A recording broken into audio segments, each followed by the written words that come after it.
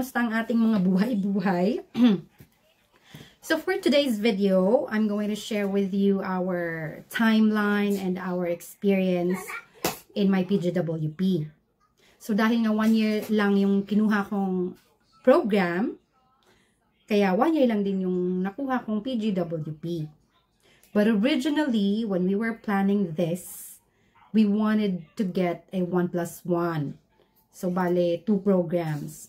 But, other people, pag nag-1+1 sila, they get it like from the very start pa lang, diba? Nag-2 programs na agad sila.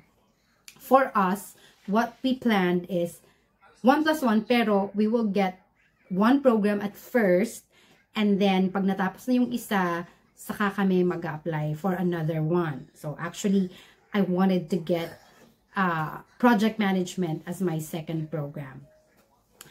Pero, ayun nga, why do we want that way? Because we wanted to test the water, we wanted to observe the market, and we wanted to see if what are our opportunities by that time na natapos ako ng isang program. So, kaya yun yung naisip namin.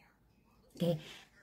But then, along the way, nung nag-first semester na, syempre, we faced challenges and struggles.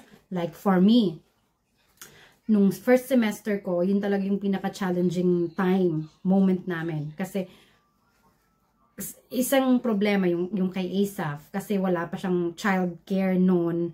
So, habang nasa bahay ako, nagkaklase, nag-exam, and doing all our schoolwork, si Asa, laging gustong nakadikit sa akin, tapos laging iyakin siya. So, it was really difficult for me that time. So, parang sabi ko, papasaba ako dito, kasi parang hindi ako makapag-focus talaga nung first semester. And also, during that time din, yun yung tipong, parang nasa gitna kasi kami. Parang kami yung huling batch na medyo maluwag pa yung IRCC. Tapos dun din sa amin nagsimula yung pagsistrict na.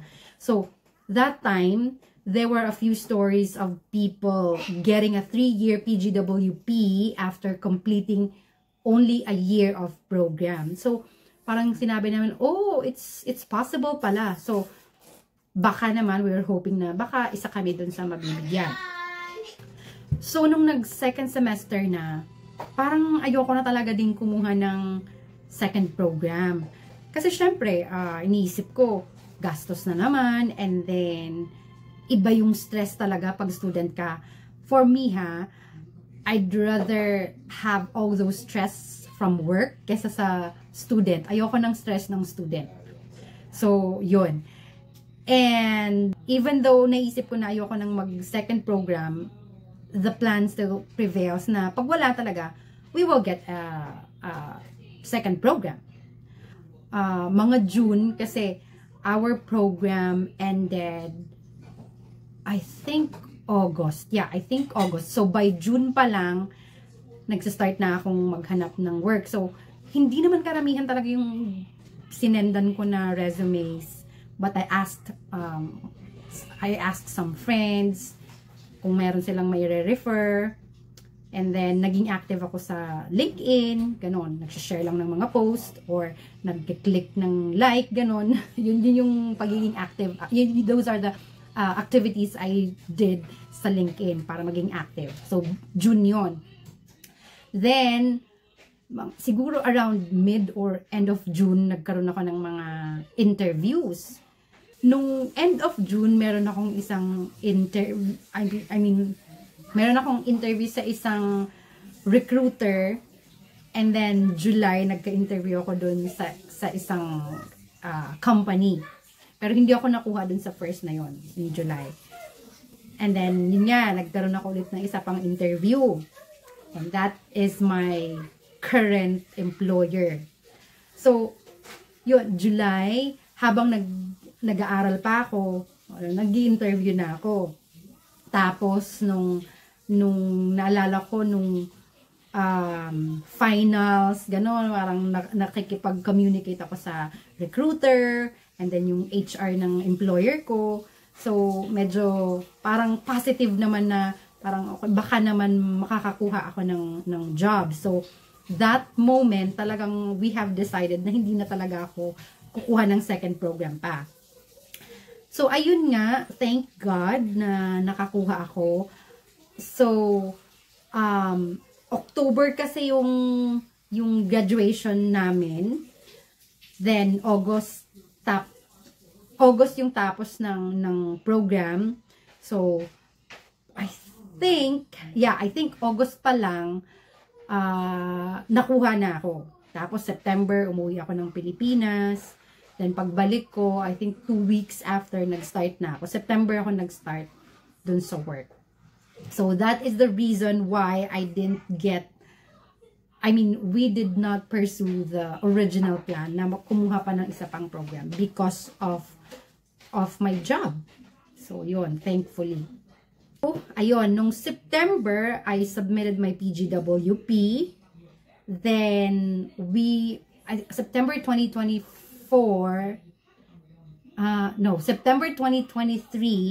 and then we received the result March 2024. So, 6 months din yung inantay namin. But, for us, bilang 1-year PGWP, it's an advantage for us na matagal yung result. Kasi, while we are in implied status, counted yung work ko, yung working hours ko, habang nag-aantay ng result. So, it is a good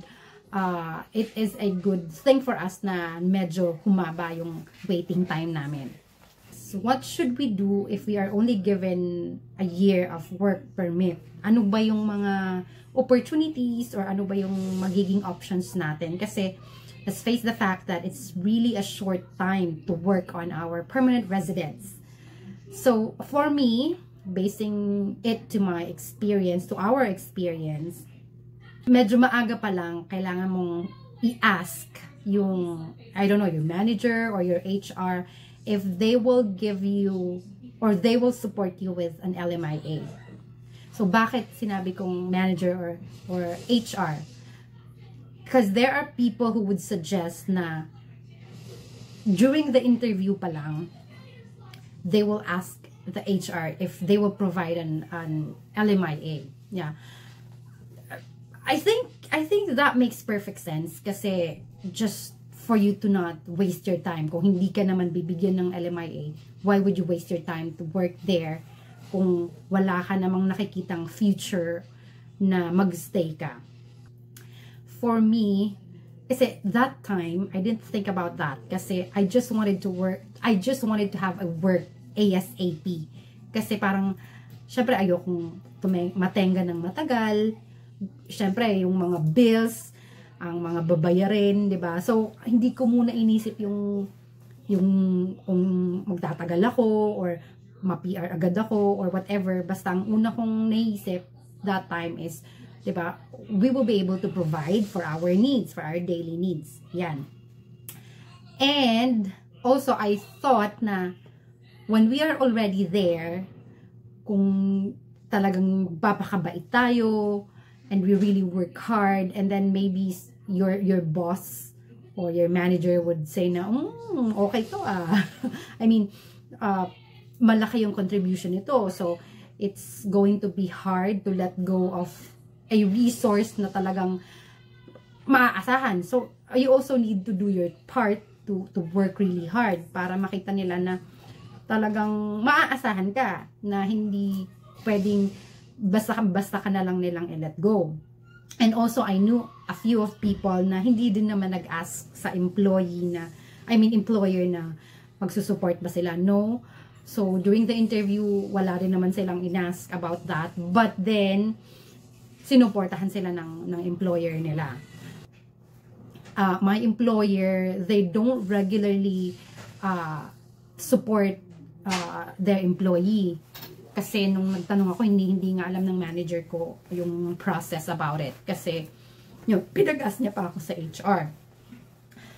So, I think it is also a good thing na pag nandun ka na, papakita mo yung best mo talaga para masayangan silang i-let go ka. Kasi, pag sinabi mo, kasi yun nga, yung akin, yung experience ko, nung sinabi ko na parang mag-expire na yung permit ko, 'di ba? Yung manager ko, tumulong din talaga siya. And then, yung mga classmates ko, yung friends ko, classmates ko din na pare-parehas kaming 1 year, pero sinuportahan din sila ng employers nila. So, because I also think na it's hard to look for someone na ititrain ulit, ganun, while ikaw, nandun ka na, ginagawa mo na yung trabaho mo, alam mo na yung proseso, alam mo na yung mga tao, so parang mahirap ka rin i-let go. Kaya siguro some of the employers talagang isusupport ka rin nila. So that's just my opinion. Yeah. And if hindi ka isusupport ng employer mo, maybe maaga pa lang you would also research sa mga ibang province na mabilis makakapag-provide ng PR. So, I had someone commented in my previous video na it was a successful story for them na they're from Ontario, tapos naghanap sila ng work sa ibang province, tapos ayun, naging PR sila. So, that is also a good option na talagang magtiyaga din na maghanap ng work sa ibang province na mabilis din silang ma-PR. So, and then, kapag wala talaga, tapos patapos na yung permit mo, mag-expire na, I would say na maybe you will also need to think na mag-student, either ikaw just to extend the time, or yung OWP mo naman para may PGWP pa din. 'Di ba? So, kami naman, kung wala talaga, kung hindi ako sinuport ng employer, tapos wala kaming mahanap na ibang work sa ibang province, talagang ito din naman talaga yung uuwian namin as a student kung wala na talaga. It means that if everything else fails, talagang student na lang ulit, 'di ba? Ito naman is kung gaano ka porsigido na magstay sa Canada. So, you will do everything that you can para magstay. So, kahit gumastos man, just for you to stay here, gagawin talaga natin. Diba? So, ayun yung experience namin, yung timeline namin na 1-year PGWP. Hindi siya madali. It can be stressing, really. Pero, ang talagang kinapitan naman namin is si God. Parang everything that we do, everything that we did, we always consult God. We always prayed for it. From the very, very beginning of this journey, of this Canadian journey, kay God talaga kami kumapit. And we are grateful that He's very faithful. He gave us wisdom, tsaka yung mga decision making, we really prayed about it. So, I'm also telling you na let's ask God's help. Okay? So, I think ayun lang ang aking mai-share about this topic. So, bye! God bless! If you like our videos, please be sure to click the subscribe button below.